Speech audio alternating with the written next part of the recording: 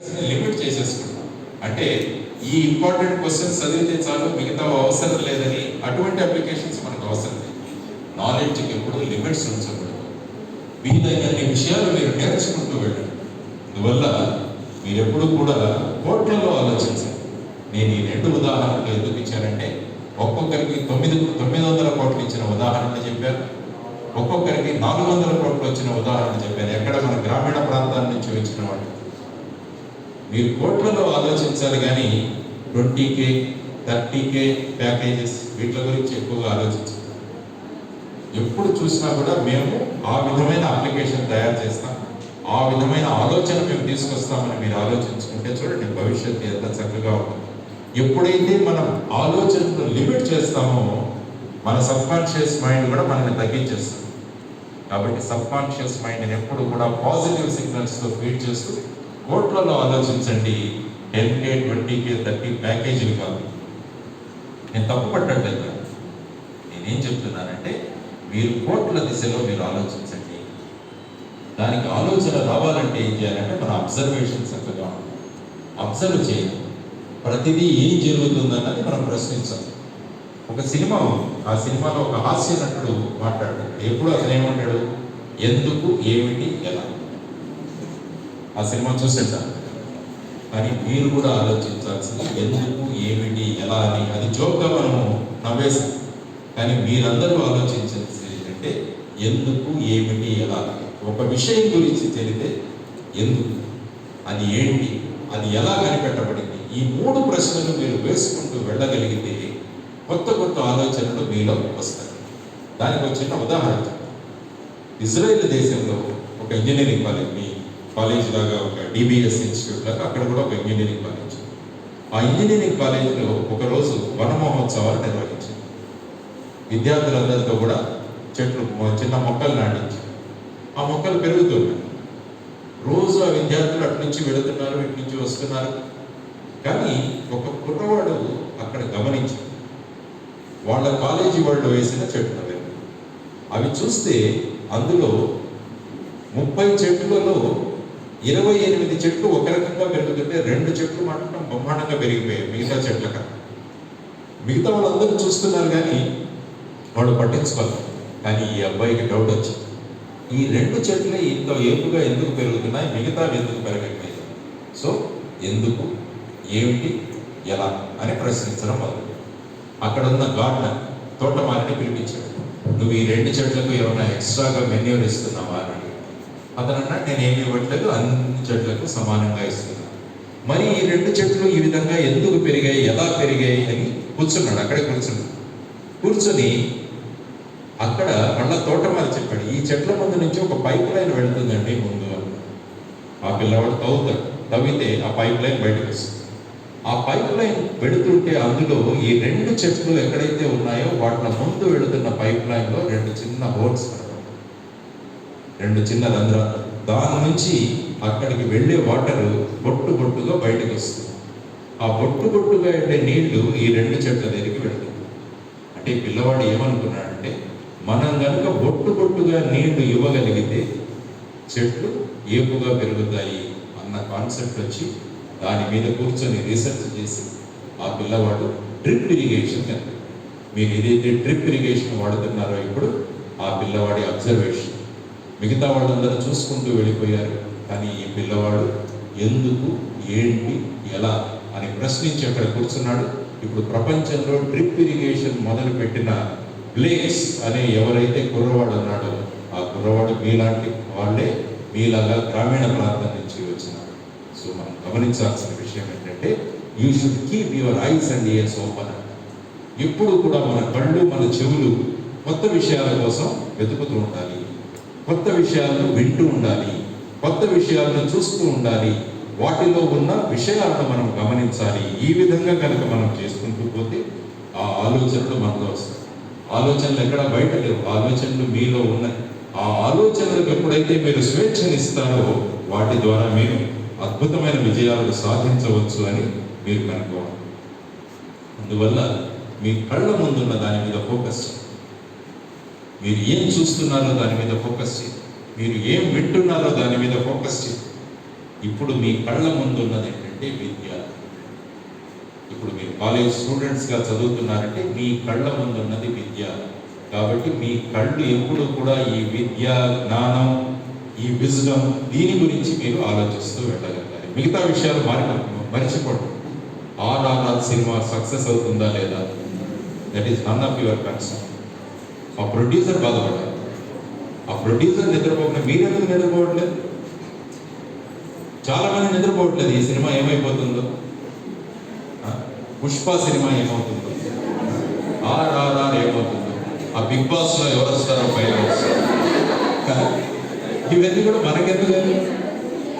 అది మా టీవీ, ఏ టీవీలో వస్తుందండి? చూడండి మీరు ఎంత చక్కగా బాగా అవుతున్నారు.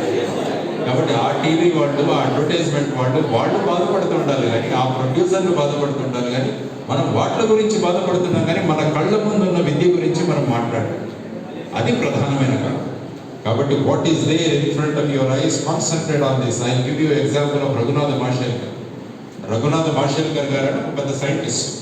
ఒకసారి ఆయన కావాలంటే మీరు గూగుల్లో వెతకండి. రఘునాథ మాషేల్కర్ పెద్ద సైంటిస్ట్. ఆయన మన ఇన్నోవేషన్ సెంటర్ కూడా హెడ్, సిఎస్ఐఆర్ అన్న ఇన్స్టిట్యూట్కి ఆయన చైర్మన్గా చేశారు, centre for scientific and industrial research. ఆయన గోవా దగ్గర ఒక చిన్న గ్రామంలో పుట్టాడు. ఆ పిల్లవాడు 3 సంవత్సరాల వయసులో ఉన్నప్పుడు వాళ్ళ నాన్నగారు చనిపోయారు. ఆ పిల్లవాడిని తీసుకుని వాళ్ళ అమ్మ ముంబైకి వచ్చింది. ముంబైలో ఇళ్లలో పని మనిషిగా పనిచేసేదా. ఈ పిల్లవాడు గవర్నమెంట్ స్కూల్లో చదువుకుంటూ రైల్వే స్టేషన్లో రాత్రిపూట దీపాల కింద చదువుకొని పెరిగాడు. మహారాష్ట్రలో 10th క్లాస్లో 9th ర్యాంక్ వచ్చాడు. 9th rank in SS. ఆ తర్వాత ఇంకా నేను చదవలేననుకుంటే టాటా ట్రస్ట్ వాడు ఈ పిల్లవాడికి స్కాలర్షిప్ ఇచ్చారు. 60 రూపాయల స్కాలర్షిప్. ఈ 60 రూపాయల స్కాలర్షిప్తో చదువుకుని ఒక గొప్ప సైంటిస్ట్గా తయారయ్యాడు.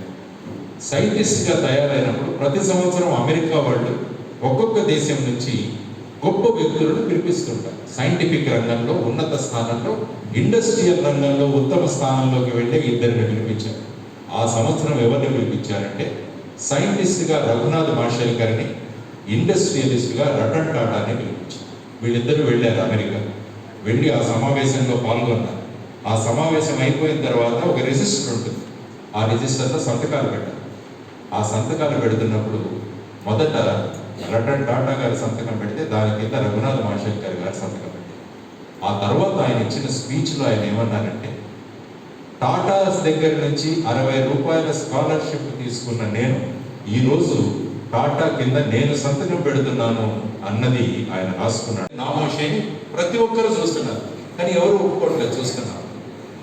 అదేవిధంగా మీరు 15 మంది కూర్చోండి ఒక రూమ్లో, ఒక ప్రాబ్లం గురించి తీసుకోండి, ఆ ప్రాబ్లం గురించి ఆలోచించండి, ఆ ప్రాబ్లంకి సొల్యూషన్ ఇవ్వండి. ఎంత చక్కగా ఉంటుందో చూడండి. అక్కడ 1.5 సమయం మీరు వేస్ట్ చేసే ప్రతిరోజు ఆ 1.5 సమయాన్ని మీరు కనుక ఆలోచించగలిగితే, మీ ఫ్యాకల్టీని తీసుకొని, మీ లైబ్రరీ ఉంది, మీ జనరేషన్కి ఒక గొప్ప అదృష్టం ఏంటంటే మీ దగ్గర ఇంటర్నెట్. ఏ విషయం కావాలన్నా కూడా మీరు దాని గురించి కనుక్కోవచ్చు. మా కాలంలో మేము లైబ్రరీకి వెళ్ళాల్సి వచ్చింది, మా ప్రొఫెసర్స్తో ఎక్కువసేపు మాట్లాడాల్సి వచ్చేది, అప్పుడు ఏదైనా సొల్యూషన్ ఇవ్వగలిగాం. కానీ మీ జనరేషన్కి అది అవసరం. కాబట్టి ఒక ప్రాబ్లం తీసుకొని దానికి సాల్వ్ చేయండి. డిబిఎస్ ఇన్స్టిట్యూట్ ఆఫ్ టెక్నాలజీలో విద్యార్థులు ఈ ప్రాంతంలో ఉన్న రైతులకు ఈ విధమైన సమస్యను పరిష్కరించి ఇచ్చారంటే ఎంత చక్కగా ఉంటుంది. ఆలోచించండి సార్, ఎందుకంటే మిమ్మల్ని చేయడానికే నేను ఈరోజు వచ్చింది. మనం రోజు రొటీన్గా ఆలోచించిన విషయాలు, ఈ విషయాలు ఇవన్నీ ఆలోచించండి. మీరు ఇక్కడ ఆలోచించుకోవాలి, రేపు ఇదంతా చదివిన తర్వాత మీరు రోడ్ల మీద తిరుగుతారా లేకుంటే ఏదైనా చేస్తారా. కాబట్టి this is the right time. Time ఎప్పుడు మీకు రాదు, టైం పరిగెడుతూనే ఉంటుంది.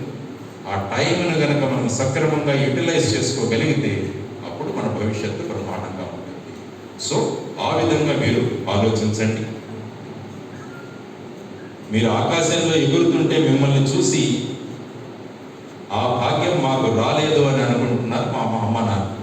వాళ్ళు విమానాల్లోకి ఎక్కలేదు కాబట్టి అమ్మా నాన్నలను విమానంలో ఎక్కిస్తామని మీరు అనుకుంటారు. అమ్మా నాన్నలు ఇంత కష్టపడి మనల్ని పెంచి ఈ విధంగా మనల్ని చదివిస్తుంటే అమ్మా నాన్నలను ఒకసారి మనం విమానాల్లో తీసుకెళ్ళాం అని ఆలోచించాం. అది ఎప్పుడు చేయగలం మనం? ఇప్పుడు కనుక మనం కాన్సన్ట్రేట్ చేయగలిగితే రేపు వాళ్ళని విమానాల్లో మనం తీసుకువెళ్ళగలం. కాబట్టి ఆ విధంగా మీరు ఆలోచించాలి.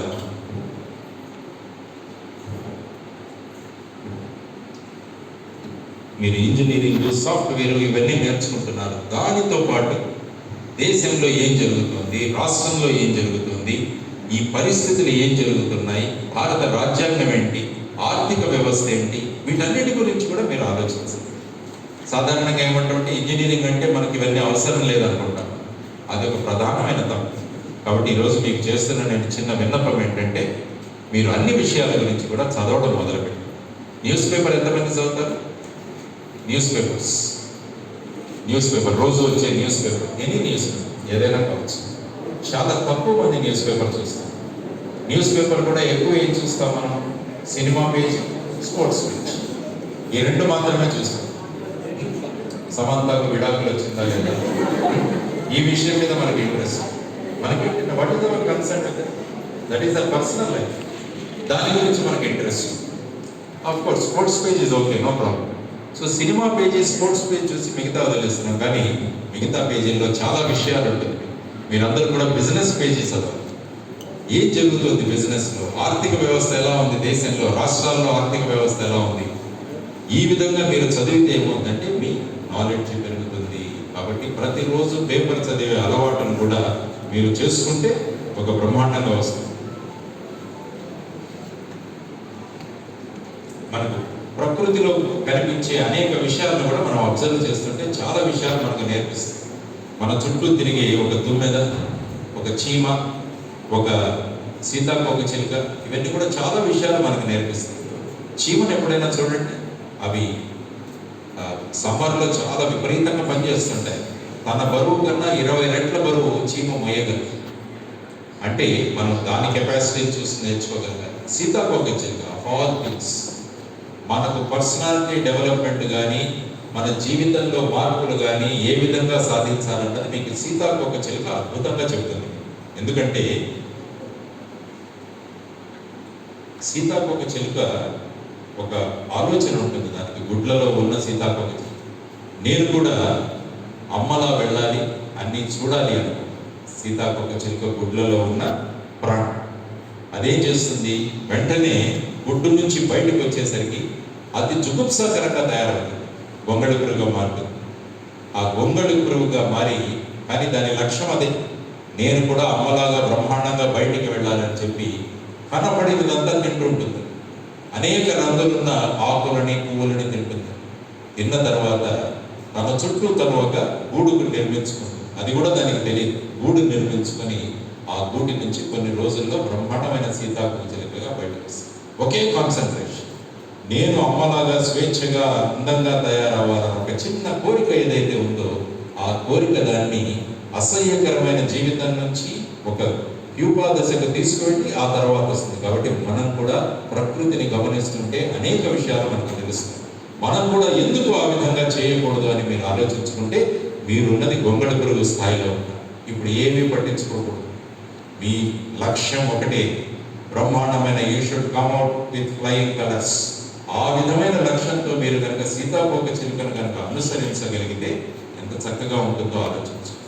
ఇవన్నీ ఏంటంటే ప్రకృతిని మనం గమనిస్తుంటే ప్రకృతి మనకు ఎన్నో పాఠాలు నేర్పుతుంది. కాబట్టి ఆ పాఠాలు మీరు నేర్చుకోగలగాలి. తర్వాత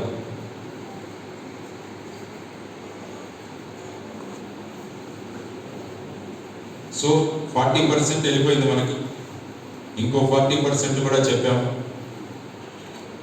40% గతం గురించి ఆలోచిస్తాం, 40% ఫ్యూచర్ గురించి ఆలోచిస్తున్నాం, 8% మనకి మనం స్ట్రెస్ క్రియేట్ చేసుకుంటాం. ఇంకొక 8% మనకి అంటే నేను ఇప్పుడే చెప్పాను, సినిమాకి వెళ్ళి మీరు వస్తారు. ఆ రోజు నేర్చుకోకపోవడం వల్ల మీ ప్రోగ్రెస్ కుదేలో, అది అన్రిలేటెడ్ యాక్టివిటీ, మీకు సంబంధం లేని పని. కాబట్టి సంబంధం లేని పనులు చాలా ఉన్నాయి. ఇప్పుడు చెప్పాను నేను, ఫర్ ఎగ్జాంపుల్ ఆ సినిమా ఏమవుతుంది, మనకు సంబంధం లేని విషయాలు చేసుకుంటూ దానికి కూడా 8% బ్రెయిన్ మనం యూజ్ చేసాం. సో 40, 8 and 8 ఎంత అయింది మొత్తం? 96 ఖర్చు చేసేసాం బ్రెయిన్. మనం ఎంత వాడుతున్నాం? మరి మన బ్రెయిన్ ఎప్పుడు ఐన్స్టీన్ అవుతాం? మనం ఎంత వాడుతున్నాం? కేవలం 4. ఐన్స్టీన్ ఎంత వాడాడు? 100 వాడాడు. అందుకని ఈజ్ లైక్. కాబట్టి మనకు కూడా ఛాన్స్ ఉంది. మనం కనుక ఈ 40-40-8 మనం తగ్గించుకోగలిగితే మనం కూడా ఈ స్థాయికి మనం ఎదగలం. కనీసం 20-25% మన బ్రెయిన్ని యూజ్ చేయడం మొదలుపెట్టినా కూడా మనం కూడా ఆ స్థాయికి చేరగలం. జీవితంలో సక్సెస్ఫుల్గా వెళుతున్న వ్యక్తులు ఏం చేస్తారంటే వాళ్ళు మన బ్రెయిన్ని బ్రహ్మాండంగా వాడతారు కాబట్టి వాళ్ళు ఆ స్థాయికి చేరుకోవాలి. కాబట్టి ఈరోజు నేను మీకు చెప్పాలనుకున్న అంశం ఏంటంటే smoking is unrelated act, consuming liquor is unrelated act. చాలా మంది నేను ఇంజనీరింగ్ కాలేజీలో చూస్తున్నాను, స్మోకింగ్ అలవాటు పడుతున్నారు, లిక్కర్కి అలవాటు పడుతున్నారు. చాలా మంది మన బ్యాచ్లో చాలా మంది అదే ఇంజనీరింగ్ కాలేజీలో నువ్వు తాగవా అని మనల్ని ఏదో ఆ విధంగా మనల్ని కామెంట్ చేసి తాగుడికి గురి చేస్తున్నారు చాలా మంది.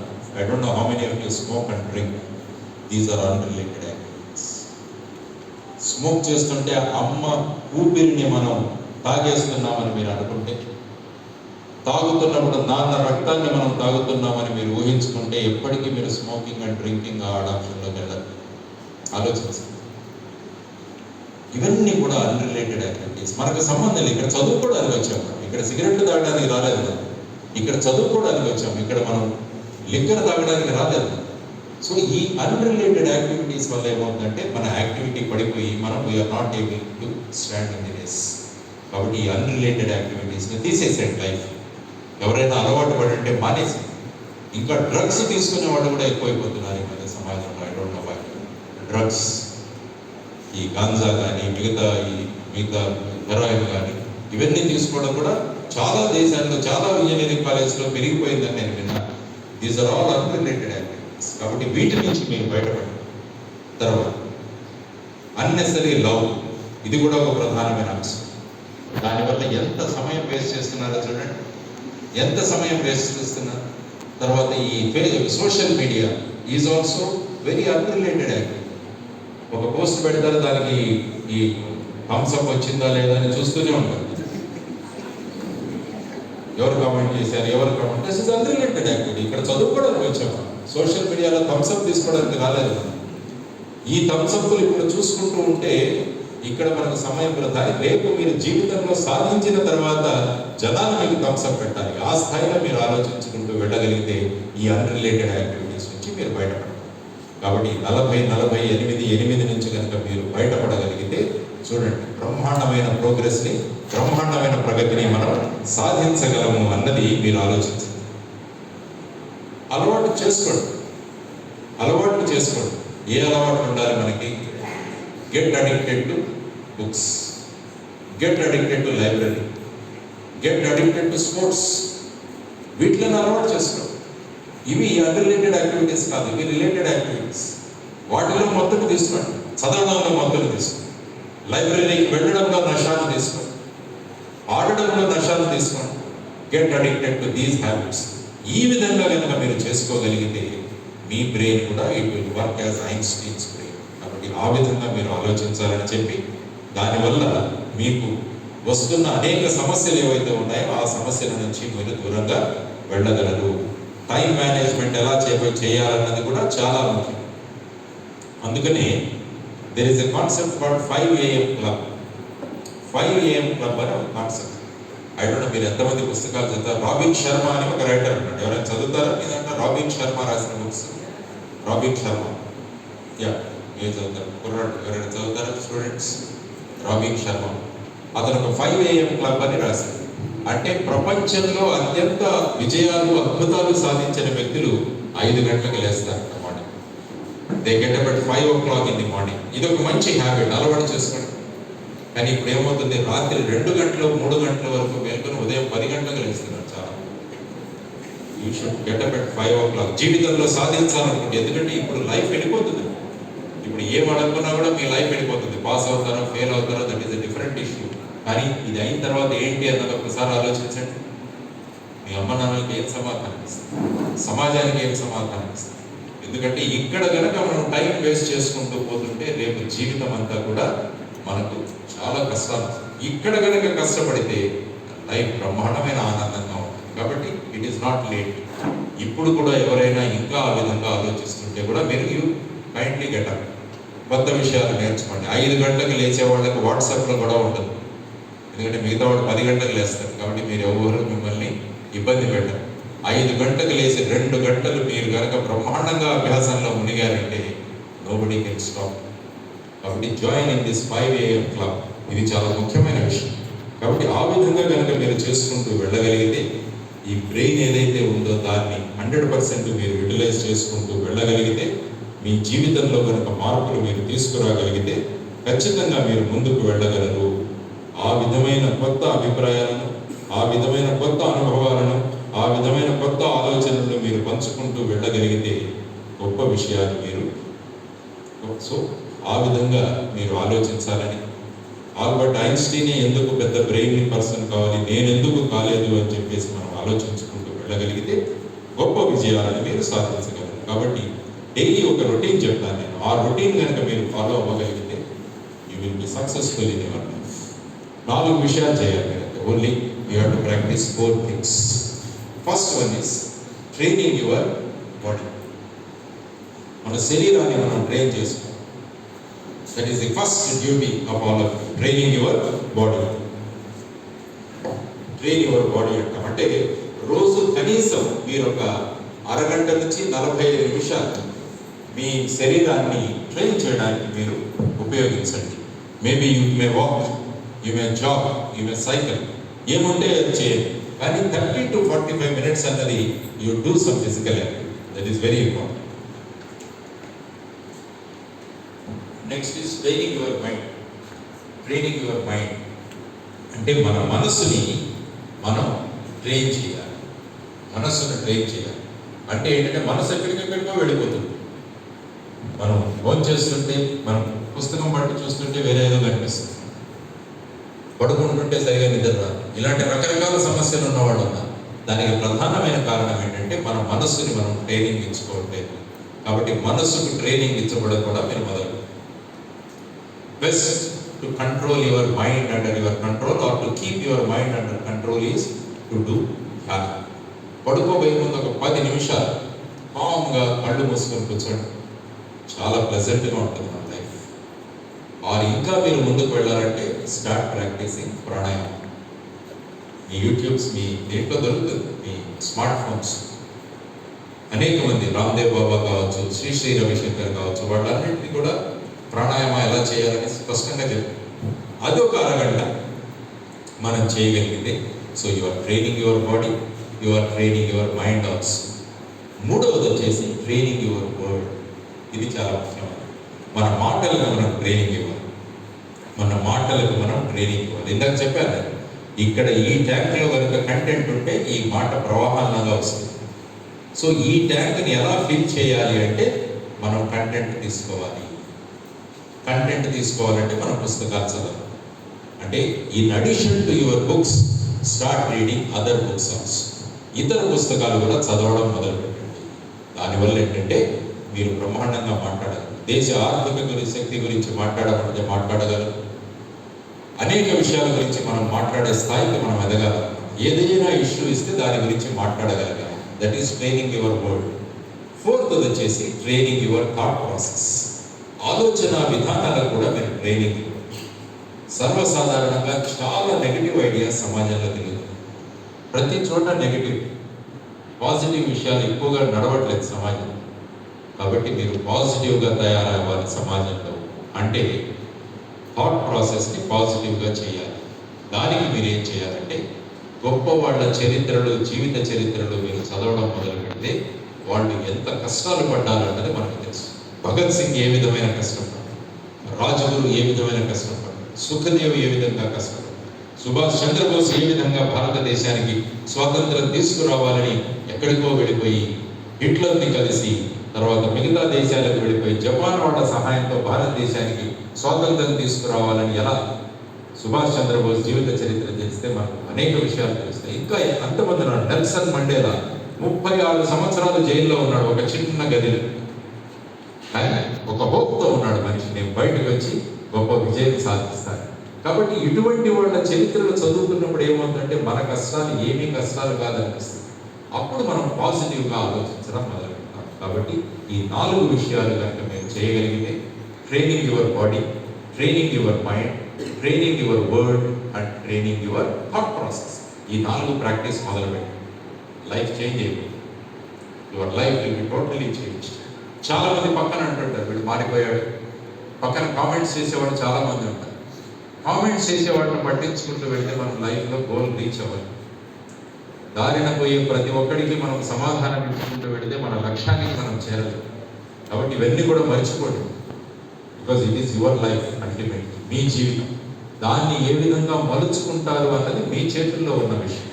కాబట్టి దాని గురించి ఆలోచించండి. So train your body, train your mind, train your word and train your thought process. ఈ 4 నేను మీ హీరోలాగా పైనుంచి దుంకమని చెప్పలేదు, 40 మందిని కొట్టమని చెప్పట్లేదు.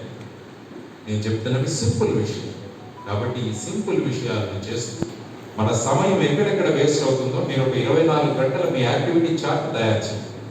ఉదయం 5 గంటల నుంచి లేచే వరకు, మరుసటి రోజు 5 గంటల వరకు నేను ఏమేం చేస్తున్నానని ఒక చిన్న రాయండి. ఆ చార్ట్ చెప్తుంది మీకు ఎక్కడెక్కడ టైం నువ్వు వేస్ట్ చేస్తున్నావు, ఆ టైంను నేను ఏ విధంగా పాజిటివ్గా మార్చుకోగలనని మీరు కనుక మీ ఓన్ టైం టేబుల్ తయారు చేసుకోగలిగితే యువర్ లైఫ్ విల్ చేంజ్. ఎందుకంటే బయట కాంపిటీషన్ చాలా ఎక్కువగా ఉంది. You are one of the colleges of engineering colleges in the entire country. కాబట్టి అటువంటి స్థాయిలో ఉన్న మనం ఒక గొప్ప స్థాయికి వెళ్ళాలి అంటే సురేష్ గారు బ్రహ్మాండమైన బిల్డింగ్లు కట్టగలరు, ఇంకా ఇన్ఫ్రాస్ట్రక్చర్ పెంచగలరు, టీవీ రావు గారు వీరంతా కలిసి మంచి చెప్పగలరు. కానీ ఫైనల్ ప్రిపరేషన్ మీ దగ్గర నుంచి మీ ప్రిపరేషన్ బ్రహ్మాండంగా ఉండాలి. ఒకటి ఏదో చేయాలన్న తపన మీలో ఉన్నప్పుడు ఖచ్చితంగా మనం ఆ స్థాయికి వెళ్ళాలి. కాబట్టి ఆ విధమైన ఆలోచనలతో సమయాన్ని చక్కగా వినియోగించుకుంటూ ఏ విధంగా మా జీవితాల్లో మార్పులు తీసుకొస్తామని మీరు అనుకుంటూ, సమాజంలో జరిగే అనేక విషయాల పట్ల అవగాహన పెంచుకుంటూ, భారత రాజ్యాంగం అంటే ఏంటి, మనకున్న చట్టాలు ఏంటి, వీటన్నిటి గురించి కూడా ఒక అవగాహన పెంచుకుంటూ, దానికోసం మీరు అనొచ్చు టైం ఎక్కడ, మిగతా పనులు చేయడానికి బ్రహ్మాండమైన టైం ఉంది మనకి, మిగతా విషయాలకు బ్రహ్మాండమైన టైం ఉన్నప్పుడు ఆ టైంని కట్ షార్ట్ చేసుకోండి. అందరి దగ్గర ఉన్నది 24 గంటలు. ఈ 24 గంటలను మీరు ఏ విధంగా ఉపయోగించుకుంటున్నారన్నది మీ భవిష్యత్తుకు, మీ ప్రగతికి అదొక indicator. So start from today, let us do something different. ఆ విధంగా నేర్చుకుంటూ సినిమా చూసేటప్పుడు ఆ సీట్లు లాగేస్తుంటారు చాలా మంది, ఏదో చేసేసేయాలి. సినిమా హాల్ నుంచి బయటకు వచ్చిన తర్వాత వాళ్ళ మామూలు సేమ్ లైఫ్, నో చేంజ్. సినిమాలో మటుకు సీట్లు చాలా మంది థియేటర్లో సీట్లు పాడు చేసేస్తుంటారు, లాగేస్తుంటారు, కొట్టేయాలి, చంపేయాలి, నేను మారుతాను, నేను శ్రీమంతుడిలాగా గ్రామం దత్తత తీసుకుంటాను, నేను వెళ్ళి వ్యవసాయం చేస్తాను, బయటకు వచ్చిన తర్వాత పండమ్మ. బయటకు వచ్చిన తర్వాత మన యాక్చువల్ యాక్టివిటీ మొదలవ్వాలి. సో ఆ విధంగా మనం కొత్త విషయాలు నేర్చుకున్నప్పుడు నేను చెప్పిన మాటలు గమనించిన తర్వాత ఒకసారి బాగా 100% మారుతారా అని నేను వచ్చాను. అందుకని ప్రతి కాలేజీకి వెళుతుంటాను. 30 లక్షల మందిని కలిశాను ఇంతవరకు. చాలా మంది జీవితాల్లో చాలా మార్పులు వచ్చాయని వాళ్ళు నాకు అప్పుడప్పుడు చెబుతూ ఉంటారు.